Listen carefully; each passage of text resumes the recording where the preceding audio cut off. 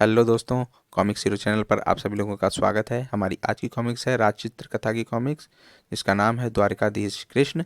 जी हाँ दोस्तों, इसका पार्ट 1 हम पहले पढ़ चुके हैं, ये पार्ट 2 है। तो चलिए शुरू करते हैं पार्ट 2। काल यवन अहंकार के मद में भरा हुआ गुफा में पहुंचा। उठ खड़ा हो कायर, यहाँ छिप कर सोया है। मुचकुंद पैर के प्रहार से तिलमिलाकर उठ खड़ा हुआ। किसकी मौत आई है जो मुझे जगा दिया? मैंने जगाया है तुझे, काल यवन नाम है मेरा, तू कौन है? मुचकुंद ने आंखें खोली। ओह ओह! उसकी आंखों से निकली चिंगारियों से काल यवन भस्म हो गया। काल यवन के भस्म हो जाने के बाद बहुत सो चुके राजन, अब दिव्यलोक में जाने का समय आ गया है। आप? मैं यदुवंशी वसुदेव का पुत्र कृष्ण हूँ। परंतु तभी मुचकुंद ने कृष्ण को पहचाना। मैंने आपको पहचान लिया प्रभु, मैं धन्य हो गया, मुझे अपने चरणों में स्थान दीजिए। तथास्तु। मुचकुंद को वैकुंठ भेजकर कृष्ण गुफा से बाहर आए। क्या हुआ प्रभु? यह चित्कार कैसी थी? यह चीख कालेवन की थी, वह भस्म हो गया है, लेकिन कैसे? कृष्ण ने सारथी की जिज्ञासा शांत की। पूर्व काल में देवासुर संग्राम में राजा मुचकुंद ने देवों की ओर से भयानक युद्ध किया था। उस युद्ध में असुर पराजित हुए। युद्ध की समाप्ति पर राजन, तुम्हारी सहायता से आज हम विजयी हुए। मांगो, क्या वरदान मांगते हो? हे देवराज, मैं बहुत थक गया हूँ, किसी एकांत में सोना चाहता हूँ। कोई मेरी नींद में विघ्न ना डाले। ऐसा ही होगा राजन। अगर किसी ने तुम्हें जगाया तो तुम्हारी क्रोधाग्नि से वह भस्म हो जाएगा। तभी से राजा मुचकुंद यहाँ से सो रहा था, तुमने ध्यान दिलाया तो मुझे तत्काल याद आ गया। ओह! मधुपुरी में शेष बचे लोगों को कृष्ण ने एकत्र किया। अब यहाँ कुछ नहीं है, हम सभी सुरक्षित स्थान पर चल रहे हैं। प्रभु, जहाँ आप हैं वहीं हम हैं।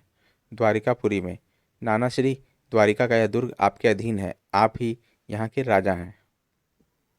एक रात ठहरो, किससे मिलना है? विदर्भ क्षेत्र के कुंडिनपुर नगर से मैं आ रहा हूँ, मुझे मुझे तत्काल कृष्ण से मिलना है। रात्रि का तीसरा पहर बीत रहा है, इस समय कोई नहीं मिल सकता, सुबह आना। तुम मेरी दशा देख रहे हो, थक कर मैं चूर चूर हो रहा हूँ, फिर भी मेरी भेंट अति आवश्यक है। पहरेदार नहीं माना। तभी अरे, यह क्या करते हो? टन! घंटे की आवाज से कृष्ण और बलराम की नींद उचट गई। इतनी रात गए कौन आया है? द्वार पर चलकर देखना होगा। द्वार पर, स्वामी, यह कोई भेदिया है, पुरुष वेश में आई थी, आपसे मिलने की जिद कर रही है। मैं कोई भेदिया नहीं, राजकुमारी रुक्मणी की सखी कृति हूँ, उनका संदेश लाई हूँ। छोड़ दो इसे। जो आज्ञा स्वामी। अंतरंग कक्ष में कृष्ण ने रुक्मणी का पत्र पढ़ा। मैंने आपको पति के रूप में वर्ण किया है। आप विदर्भ आकर जरासंध और शिशुपाल को हराकर मेरा वरण करें। शुभांगी आर्याकृति को अतिथिशाला में ले जाओ और उनकी सुख सुविधा का पूरा ध्यान रखो। जी, मुझे शीघ्र वापस लौटना है आर्य। इस पत्र का उत्तर सुबह मिल जाएगा। तब तक आप कुछ विश्राम कर लें आर्या। एकांत में दाऊ, भीष्मक का पुत्र रुक्मी अपनी बहन का विवाह बलपूर्वक शिशुपाल से करना चाहता है, पर वह तो तुमसे विवाह करना चाहती है। सुना है उस विवाह में मगध नरेश जरासंध भी आ रहा है। आने दो, इस बार उसकी मौत ही आई है। उधर कुंडिनपुर में नगर में उस ग्वाले को भूल जा रुक्मणी, वह मेरा शत्रु है, तुझे शिशुपाल से विवाह करना ही होगा। नहीं करूंगी, मैं जान दे दूंगी। विवाह तिथि से एक दिन पूर्व शिशुपाल अपने मित्र राजाओं के साथ कुंडिनपुर आधमका। कुंडिनपुर में आपका स्वागत है जीजा श्री। हम प्रसन्न हुए रुक्मी।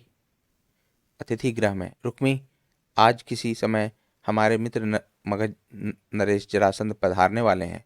उनके आतिथ्य में किसी तरह की कमी ना रहे। सारी व्यवस्था करा दी गई है, आप निश्चिंत रहें। परंतु एक भय है। कैसा भय? क्या कृष्ण भी आएगा? उसे निमंत्रण तो नहीं है, पर वह आ सकता है। आने दो उस दुष्ट को, मेरे रहते तुम्हें चिंतित होने की आवश्यकता नहीं है। उसी दिन जरासंध भी दलबल के साथ आ पहुंचा। आओ मित्र, स्वागत है। बधाई हो मित्र, किंतु वह राजा भीष्मक हमारे स्वागत के लिए नहीं आया। वो विवाह की तैयारी में व्यस्त है राजन। मैं उनका पुत्र रुक्मी आपकी सेवा में उपस्थित हूँ। महल में उस भगोड़े कृष्ण का क्या हाल है मित्र? वह हम अपनी प्रेमिका को विदा भी देने नहीं आएगा। कैसे आएगा? मेरे सशस्त्र सैनिक चारों ओर फैले हुए हैं। उसी रात कुंडिनपुर नगर के बाहर एक सुरक्षित स्थान पर मैं अब चलती हूँ, यह स्थान अत्यंत सुरक्षित है। कल विवाह के अवसर पर पूर्वी प्राचीर से श्वेत ध्वज से मैं संकेत दूंगी। ठीक है, हम तैयार रहेंगे। तुम रुक्मिणी से कहना वह किसी बात की चिंता ना करे। रुक्मिणी के कक्ष तक यहाँ से एक गुप्त मार्ग भी है। यदि आप चाहें तो आज रात को ही वह यहाँ आ सकती है। नहीं कृति, कृष्ण कायर नहीं है। मैं कल भरी सभा के मध्य विवाह मंडप में से उसे अपने साथ लाऊंगा। कृति के जाने के बाद तुम रुक्मिणी को लेकर निकल जाना कृष्ण, पीछे मैं उन्हें संभाल लूंगा। ठीक है दाऊ, पर तुम भी ज्यादा देर मत उलझना, जैसे भी हो पीछा छुड़ाना। कृति गुप्त मार्ग से रुक्मिणी के कक्ष में पहुंची। कौन है? दूसरा ही चढ़। खामोश। आह, क्या हुआ? मेरा संदेश पहुंच गया? हाँ पहुंच गया। क्या कहा उन्होंने? इतनी बेचैनी क्यों है सखी? वे स्वयं तुझे लेने आए हैं। कहाँ हैं? मुझे अभी उनके पास ले चल। अभी नहीं, कल विवाह मंडप में वे वीरों की भांति तेरा हाथ थामेंगे। ओह स्वामी।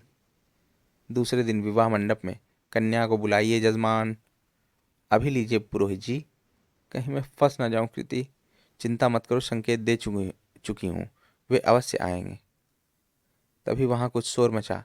क्या हुआ? यह आवाजें कैसी हैं? लगता है द्वार पर युद्ध हो रहा है। उसी समय, आओ प्रिय। स्वामी आप पीछे हटो। बलराम ने जरासंध, शिशुपाल और उसके मित्र राजाओं को रोका। रुक्मी ने कृष्ण का पीछा किया। कृष्ण, तेरा वध किए बिना मैं घर नहीं लौटूंगा। यह प्राण है मेरा। युवराज, रथ आगे नहीं बढ़ रहा, पता नहीं क्या हो गया है। कृष्ण के चमत्कार से रुक्मी और उसकी सारी सेना मूर्छित होकर धरती पर गिर पड़ी। पता नहीं क्या हो गया है मुझे। मेरा सारा शरीर एकाएक शिथिल क्यों होता जा रहा है। जरासंध, शिशुपाल वह उसके मित्र राजाओं को पराजित करके बलराम लौट पड़े। आओ, अब यहाँ रुकने से कोई लाभ नहीं। शीघ्र ही वे कृष्ण से जा मिले। आओ दाऊ, अब द्वारिका लौट चलें। द्वारिका नगरी पहुंचकर कृष्ण और रुक्मिणी का विवाह धूमधाम से संपन्न हुआ। दोस्तों, हमारी ये कॉमिक्स यहीं पर समाप्त होती है और अब हम मिलते हैं अगली कॉमिक्स में। आपको ये कॉमिक्स कैसी लगी हमें कमेंट सेक्शन में ज़रूर बताएं और हमारे चैनल को सब्सक्राइब करना ना भूलें। धन्यवाद।